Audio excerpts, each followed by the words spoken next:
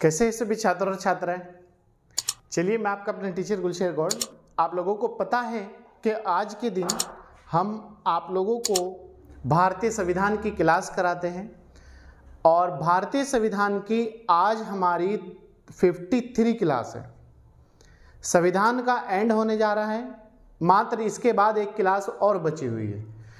संविधान से संबंधित हमने जो भी कंप्लीट सिलेबस है वो आपको संपूर्ण करा दिया है। आपको इससे ज़्यादा कुछ भी पढ़ने की ज़रूरत नहीं है। आप अपने हैंड नोट्स बना लीजिएगा क्लास देखकर। आप बस इस नोट्स को पढ़िएगा और क्लास देखिएगा और प्रैक्टिस पेपर जरूर सॉल्व करिएगा। आप जो भी आप एग्जाम की तैयारी कर रहे हैं, चाहे आप आईएएस की तैयारी कर रहे हो, पीसीएस की कर रहे हो, पीसीएस जे की कर रहे हो, या फिर अदर एग्जाम जो भी हमारा है कॉम्पिटिटिव, जिसमें हमारा संविधान से संबंधित क्वेश्चन आते हैं, आप ऑल कॉम्पिटिटिव एग्जाम की तैयारी के लिए हमारी क्लास आपके लिए सफिशिएंट है और आपके लिए एक मील का पत्थर साबित होगी। तो आप ईमानदारी के साथ इस क्लास को पढ़िए और एग्जाम में बैठिए, फिर देखना आपका कोई भी क्वेश्चन हमारी क्लास से बाहर नहीं जाएगा। बस हमें ज़रूरत है मिलकर कार्य करने की। आपको हर सब्जेक्ट संपूर्ण कराया जाएगा, आपको इधर उधर भटकने की ज़रूरत नहीं है। संपूर्ण सिलेबस कराया जाएगा आपको, ठीक। जैसे हम ऑफलाइन क्लास में पे क्लास में सिलेबस कराते हैं, वैसे ही आपको यूट्यूब पर फ्री में हम संपूर्ण क्लास करा रहे हैं। बस आप निश्चित होकर हमारे साथ जुड़े और इस वीडियो को ज़्यादा से ज़्यादा शेयर करें। और अगर पहली बार यूट्यूब पर चैनल पर आए हैं तो सब्सक्राइब कर लीजिएगा, लाइक और शेयर ज़्यादा से ज़्यादा करें। चलिए आइए देखते हैं। विषय भारतीय संविधान और टॉपिक केंद्र एवं राज्य संबंध। केंद्र और राज्य दोनों के बीच जो रिलेशन है, देखो, अगर केंद्र ही ये चाहने लगा कि बस मैं हूँ, राज्यों की कोई इंपॉर्टेंस नहीं है, तो आप ही बताइएगा क्या भारत में बेहतर शासन प्रशासन चल सकता है? नहीं चल सकता। अगर राज्य ही सोचने लगे कि हम ही हमें सब कुछ, तो केंद्र कुछ नहीं है, तब भी नहीं चल सकता। तो भारत में भारतीय संविधान में एक ऐसी प्रणाली को अडॉप्ट किया गया है, शामिल किया गया है, अपनाया गया है, जो केंद्र और राज्य दोनों मिलकर काम करेंगे और काम करने के बावजूद दोनों को अलग अलग पावर भी दे दी गई है। कुछ चीज़ें ऐसी हैं कि वो दोनों मिलकर उस पर काम करेंगे और कुछ चीज़ें ऐसी है जो अलग अलग भी उस अपना कार्य कर सकते हैं। भारत में केंद्र और राज्य संबंध या रिलेशन की जो अवधारणा है या कॉन्सेप्ट है, वो कनाडा के संविधान से हमने अडॉप्ट किया है, अपने संविधान में शामिल किया है। और भारत में केंद्र और राज्य का जो रिलेशन है वो संघवाद की ओर ज्यादा उन्मुख है। संघवाद मतलब केंद्र की ओर ज्यादा झुका हुआ है। दो पलड़े हैं, केंद्र सरकार, राज्य सरकार। तो केंद्र का पलड़ा भारी हो जाता है, राज्य सरकार का थोड़ा हल्का हो जाता है। क्यों? केंद्र जो सरकार है या संघ की कार्यपालिका है जो, वो पूरे भारत के लिए काम करती है, और जो राज्य सरकार है या स्टेट गवर्नमेंट है वो सिर्फ और सिर्फ अपने राज्य के लिए ही काम करती है। संविधान की 7वीं अनुसूची में केंद्र और राज्य दोनों के बीच शक्तियों का जो बंटवारा है, दोनों के बीच शक्तियों की जो पावर है, उसका उल्लेख किया गया है। और उसमें 3 शक्तियों का उल्लेख किया गया है: संघ सूची, समवर्ती सूची और राज्य सूची। संघ सूची वो सूची होगी जिस पर सिर्फ और सिर्फ सेंट्रल गवर्नमेंट या संघ सरकार को ही कानून बनाने का अधिकार है, और संघ सरकार ही कानून बनाएगी और संघ सरकार ही उसे लागू करेगी। राज्य सरकार का नो इंटरफेयर, राज्य सरकार उसमें कुछ भी नहीं कर सकती। दूसरी सूची है समवर्ती सूची। इस सूची पर कानून बनाने का अधिकार सेंटर और स्टेट दोनों को दिया गया है। अगर कोई विवाद हो जाए दोनों के मध्य, तो वहां पर राज्य सरकार का बनाया गया कानून खत्म हो जाता है, केंद्र सरकार द्वारा बनाया गया कानून लागू हो जाता है। अब तीसरी अनुसूची है राज्य सूची। राज्य सूची पर कानून बनाने का अधिकार सिर्फ और सिर्फ राज्य सरकार को है और राज्य सरकार उसे लागू करती है। तो ये इसके एक पॉइंट और जुड़ता है, अवशिष्ट शक्तियां। अवशिष्ट जो शक्तियां होती है या अवशिष्ट जो पावर होती है वो भारतीय संसद के पास होती है या केंद्र सरकार के पास होती है। अवशिष्ट शक्तियां वो शक्तियां होती है जो ना तो संघ सूची में शामिल होती है, ना समवर्ती सूची में होती है, ना राज्य सूची में होती है। इनके अलावा जो पावर होती है या कानून बनाने की शक्ति होती है वो अवशिष्ट शक्ति कहलाती है। क्लियर है? तो यही पढ़ना है, यही देखना है, यही हमारे एग्जाम से ताल्लुक रखती है। आइए देखते हैं। केंद्र एवं राज्य संबंध की अवधारणा कनाडा के संविधान से ली गई है। केंद्र और राज्य संबंध की जो अवधारणा है या जो कॉन्सेप्ट है या जो रिलेशन है वो कहां से लिया गया है? कनाडा के संविधान से। आप याद रखना, कहां से? कनाडा के संविधान से। नेक्स्ट है, केंद्र एवं राज्य के बीच शक्तियों का बंटवारा का उल्लेख संविधान की 7वीं अनुसूची में किया गया है। कौन सी अनुसूची में है? 7वीं अनुसूची में किया गया है। किसके बीच? केंद्र और राज्य के बीच जो शक्तियों का बंटवारा है वो संविधान की 7वीं अनुसूची में उसका उल्लेख मिलता है। नेक्स्ट पॉइंट, भारत में केंद्र एवं राज्य संबंध की अवधारणा मतलब कॉन्सेप्ट, विचार, थॉट, संघवाद मतलब केंद्र सरकार, संघवाद का मतलब केंद्र सरकार की ओर ज्यादा झुका हुआ है। अभी बतलाया था, 2 पलटे हैं। केंद्र सरकार के पास पावर ज्यादा हो जाती है, राज्य सरकार के पास पावर कम हो जाती है। तो ज्यादा जो पावर है वो संघवाद की ओर झुकी हुई है या संघ सरकार को शक्ति ज्यादा है। नेक्स्ट पॉइंट, इस विभाजन के तहत केंद्र एवं राज्य के मध्य विधायी, प्रशासनिक तथा वित्तीय शक्तियों के बंटवारे का उल्लेख किया गया है, जबकि न्यायपालिका को इससे बाहर रखा गया है। 7वीं अनुसूची में 3 चीजों को शामिल किया गया है, विधायी शक्ति, प्रशासनिक शक्ति और वित्तीय शक्ति। इन चीजों को शामिल किया गया है, इन पर ही कानून बनाया जाएगा, इन पर ही लागू किया जाएगा। और जबकि न्यायपालिका जो जुडिशियरी है उसे बिल्कुल नो इंटरफेयर के साथ बाहर रखा गया है, उसे किसी भी सूची में शामिल नहीं किया गया है।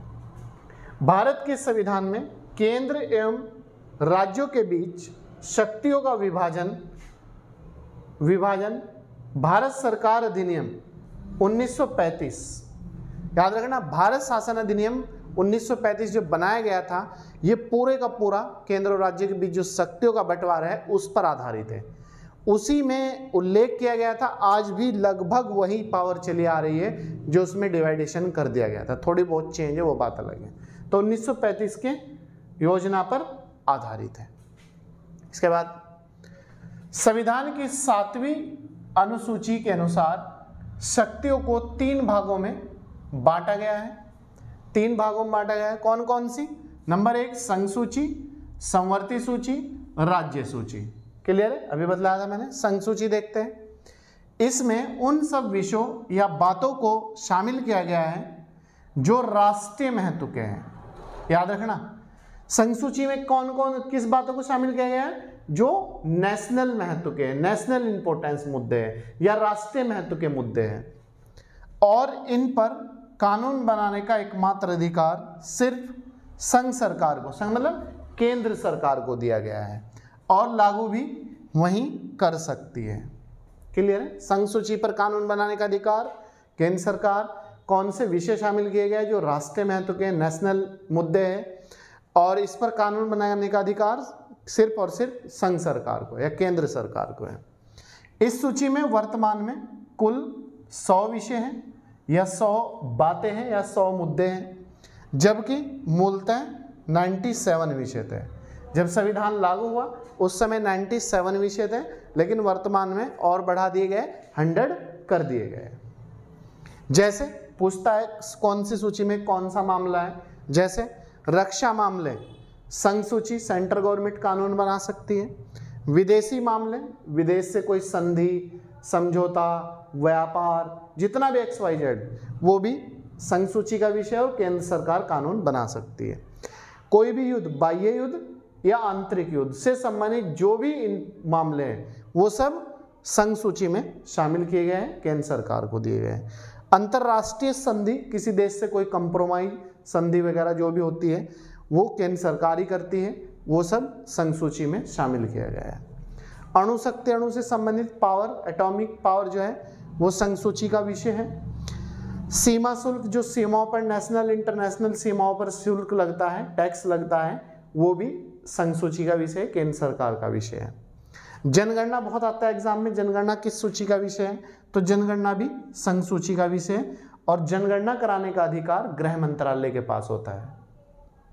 नेक्स्ट, विदेशी व्यापार, कोई भी किसी भी देश से व्यापार वगैरह जो भी वो है वो भी संघ सूची का विषय है और सेंट्रल गवर्नमेंट को ही कानून बनाने का अधिकार है। रेलवे, वायु, जल परिवहन, ये तीनों भी संघ सूची के विषय है और केंद्र सरकार ही कानून बना सकती है। टेलीफोन, संचार वगैरह से संबंधित जितने भी मामले हैं वो भी संघ सूची का विषय है। विदेशी ऋण, किसी देश से जो भारत सरकार ऋण लेती है या किसी देश को देती है वो भी अधिकार सिर्फ और सिर्फ संघ सूची में ही दिया गया है सेंट्रल गवर्नमेंट को। डाक से संबंधित जो भी मामले हैं, डाक, पोस्ट ऑफिस, संघ सूची का विषय है। तार और प्रसारण, सूचना और प्रसारण वगैरह का जितना भी मामला है वो भी संघ सूची का विषय है और भारतीय संसद को ही कानून बनाने का उसे अधिकार है और केंद्र सरकार ही बना सकती है, केंद्र सरकार इस पे लागू कर सकती है। इसके बाद दूसरी सूची हमारी समवर्ती सूची, राज्य सूची। देखते हैं इसमें क्या है।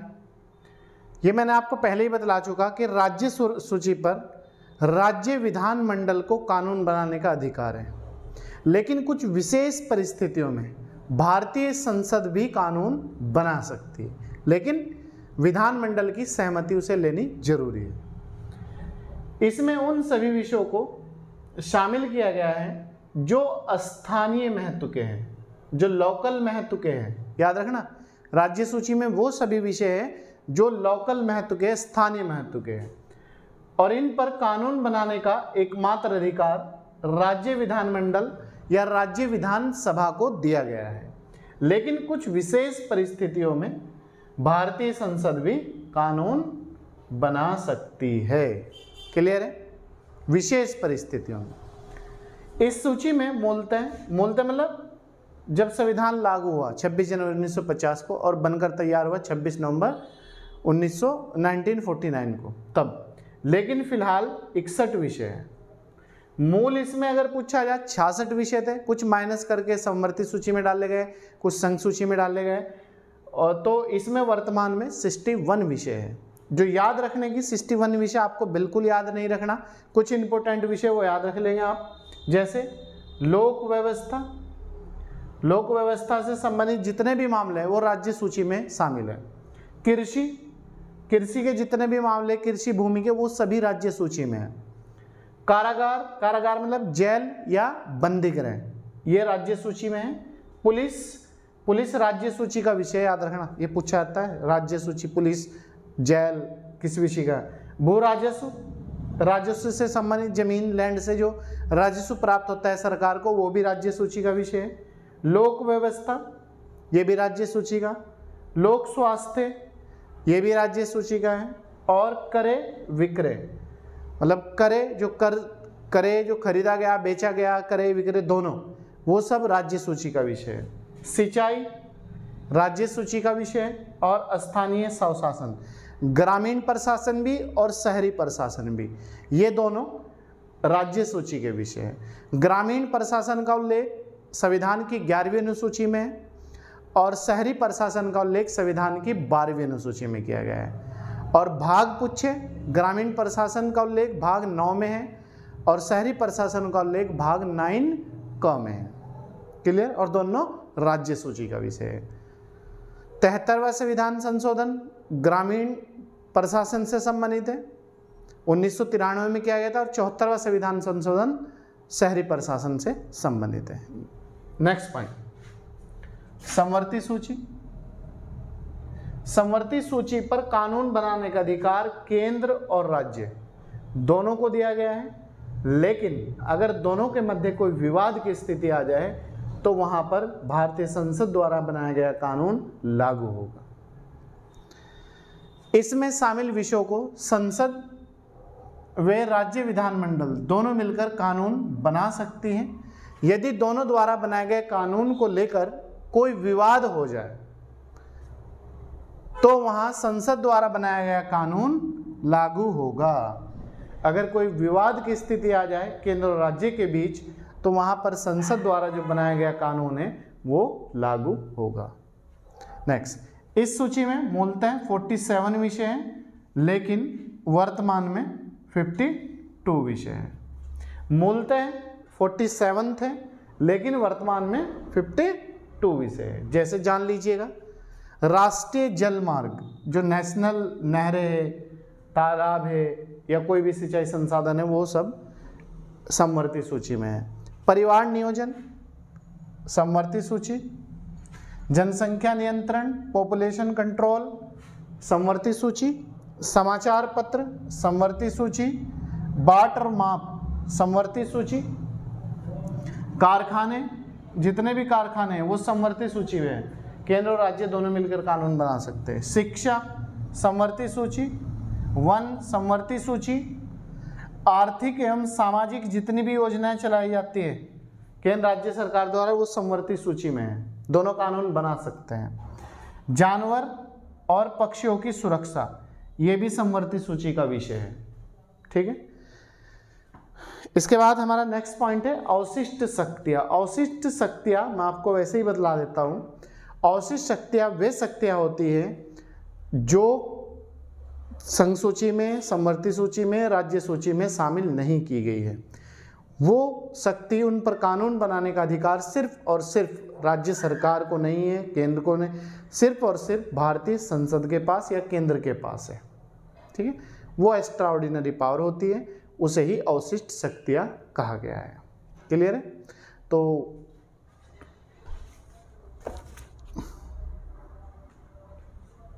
ये था आज की हमारी क्लास। केंद्र राज्यों के बीच जो संबंध है उस पर पूरा मैंने आपको कंप्लीट करा दी है। इसके बाद आपको कुछ भी एक्स्ट्रा पढ़ने की आवश्यकता नहीं है। ये हमने बेसिक से लेके हाई लेवल तक के जो भी क्वेश्चन बन सकता है एग्जाम में उन पर आपको समझाया है और आपको इम्पोर्टेंट चीज़ें करा दी गई है।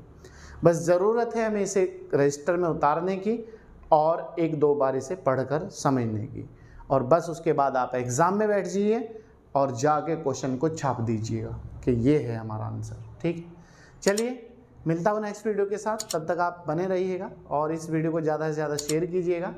यूट्यूब चैनल पर अगर आप नए हैं तो सब्सक्राइब कर लीजिएगा, लाइक और शेयर ज़्यादा से ज़्यादा करें। Thank you.